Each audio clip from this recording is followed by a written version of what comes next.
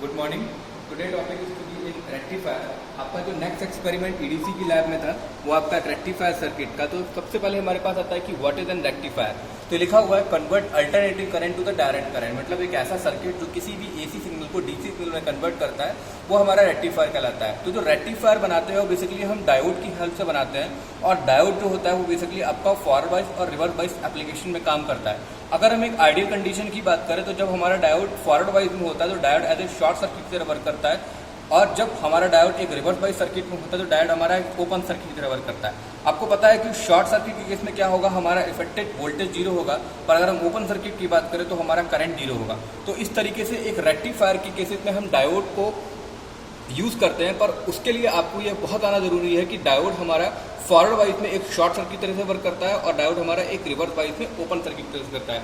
What is the meaning of forward wise? देखिए, ये वाला टर्मिनल जो है डायोड का, ये एनोड, इसको बेसिकली हम बोलते हैं पॉजिटिव, और के कैथोड इसको बेसिकली बोलते हैं हम नेगेटिव। तो अगर डायोड का पॉजिटिव से कनेक्टेड है तो, और नेगेटिव से कनेक्टेड है तो उसको बेसिकली बोलते हैं हम डायोड आर का फॉरवर्ड वाइज में। पॉजिटिव से कनेक्टेड का मतलब है कि अगर डायोड का पॉजिटिव टर्मिनल बैटरी के पॉजिटिव टर्मिनल से कनेक्टेड है तो हम बोलते हैं कि हमारा, और नेगेटिव टर्मिनल हमारा बैटरी के नेगेटिव टर्मिनल से कनेक्टेड है तो हम बेसिकली बोलते हैं कि जो हमारा डायोड है वो बेसिकली हमारा एक फॉरवर्ड बायस सर्किट में है। और अगर हम रिवर्स बायस की बात करें तो रिवर्स बायस में क्या होगा कि जब हमारा डायोड का पॉजिटिव टर्मिनल हमारा बेसिकली बैटरी के नेगेटिव से कनेक्टेड होगा और नेगेटिव बेसिकली पॉजिटिव से कनेक्टेड होगा तो हमारा डायोड रिवर्स बायस में होगा, और डायोड हमारा रिवर्स बायस में ओपन सर्किट की तरीके से वर्क करता है।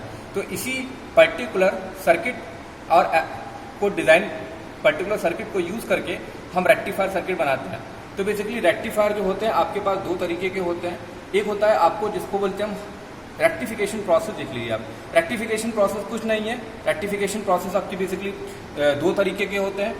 एक हाफ वेव रेक्टिफायर होता है और एक फुल वेव रेक्टिफायर होता है। हाफ वेव के नाम से ही क्लियर है कि जो आधी वेव को क्लिप, जो हाफ वेव को क्लिप करेगा, हाफ वेव का आउटपुट देगा, उसे बेसिकली हम पर्टिकुलर हाफ वेव रेक्टिफायर बोलते हैं। और फुल वेव से ही क्लियर है कि फुल वेव में मतलब क्या होता है कि आपका पूरी वेव के करस्पॉन्डिंग आपको आउटपुट मिलेगा, तो उसको बेसिकली हम क्या बोलते हैं, फुल वेव रेक्टिफायर सर्किट बोलते हैं। ठीक है, तो इस केसेस में क्या होगा कि अगर हम हाफ वेव रेक्टिफायर को देखें तो हाफ वेव रेक्टिफायर में सबसे पहले यहाँ पे आपका एसी इनपुट है। ये एसी इनपुट वही इनपुट है जो आपको घरों में आता है। इसमें एसी इनपुट में बेसिकली यहाँ पे लगा हुआ है स्टेप डाउन ट्रांसफार्मर।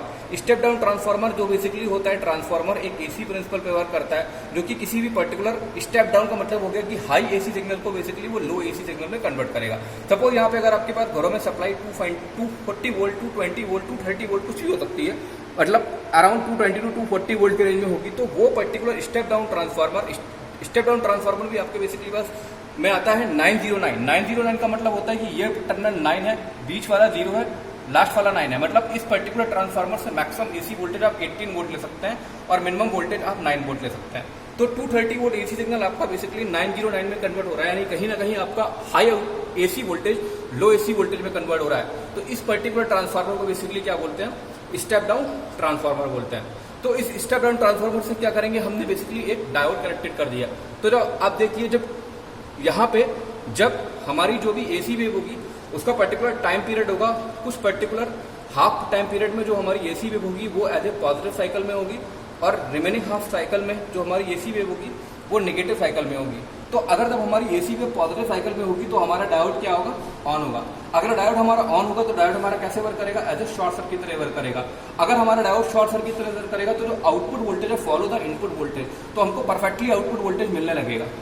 पर अगर हम नेगेटिव साइकिल की बात करेंगे तो हमारा डायोड ओपन होगा। अगर डायोड हमारा ओपन होगा तो सर्किट में करंट कितना होगा, 0 होगा।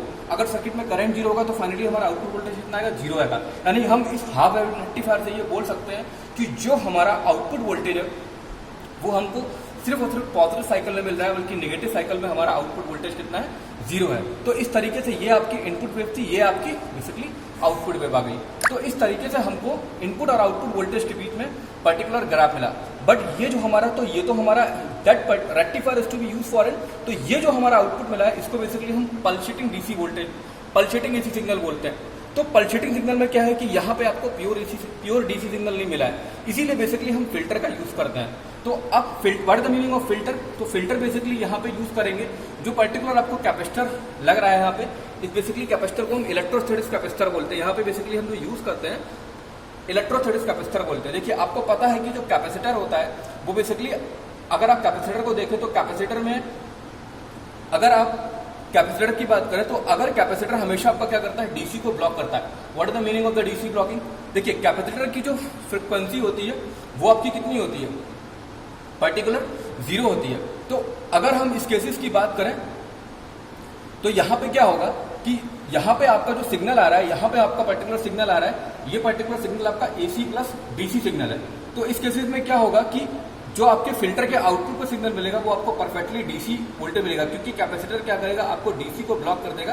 कैपेसिटर के अक्रॉस सपोज अगर यहाँ पे कैपेसिटर के अक्रॉस एसी प्लस डीसी पहुंचा है तो उस केसेस में क्या होगा कि जब डीसी कैपेसिटर कभी भी डीसी को पास नहीं करेगा, कैपेसिटर सिर्फ और सिर्फ एसी को पास करेगा, क्योंकि डीसी के लिए कैपेसिटर का एडिप्टेंस कितना हो जाएगा, इनफाइनाइट हो जाएगा, क्योंकि फ्रिक्वेंसी 0 होता है, x इक्वल टू 1/ωc। अगर x इनफाइनाइट हो गया तो कैपेसिटर का एडिप्टेंस कितना हो गया, इनफाइनाइट हो गया। तो यहाँ पे पर्टिकुलर आउटपुट में आपको सिर्फ और सिर्फ डीसी परफेक्ट डीसी सिग्नल मिलेगा। तो जो एसी सिग्नल है वो हमारा पीछे वापस बैक हो जाएगा। अगर यहाँ पे एसी प्लस डीसी आ रहा है तो एसी सिग्नल के लिए ये कैपेसिटर आपका शॉर्ट हो जाएगा, पर डीसी सिग्नल के लिए कैपेसिटर आपका ओपन हो जाएगा। तो एसी जो है वो तो आपके पीछे रिवर्स बैक हो जाएगी, बट आपकी जो डीसी है वो यहाँ से पास हो जाएगी। तो इस तरीके से आपको पर्टिकुलर क्या मिलेगा, एक परफेक्ट डीसी वोल्टेज मिलेगा। अब देखिए यहाँ पे जो कैपेसिटर है, तो कैपेसिटर आपका चार्ज कैसे हो रहा है, इस पर्टिकुलर पाथ के थ्रू आपका कैपेसिटर चार्ज हो रहा है। पर कैपेसिटर जैसे चार्ज होता है, क्योंकि कैपेसिटर क्या आपका एक एनर्जी स्टोरेज एलिमेंट है, तो कैपेसिटर का कुछ चार्जिंग रेट भी होता है और कैपेसिटर का कुछ डिस्चार्जिंग रेट भी होता है। तो वो डिपेंडेंट करता है कि हम अपने कैपेसिटर और रेजिस्टेंस की वैल्यू कैसे रखते हैं। तो जो कैपेसिटर चार्ज हो रहा है वो यहाँ सप्लाई वोल्टेज के थ्रू चार्ज हो रहा है, पर कैपेसिटर डिस्चार्ज हो रहा है वो रेजिस्टेंस के थ्रू कैपेसिटर आपका डिस्चार्ज हो रहा है। कैपेसिटर का चार्जिंग पाथ क्या है आपका, ये है, जबकि कैपेसिटर का डिस्चार्जिंग पाथ क्या है आपका, ये है। तो इस तरीके से आपको फाइनली आउटपुट में कुछ मिलेगा।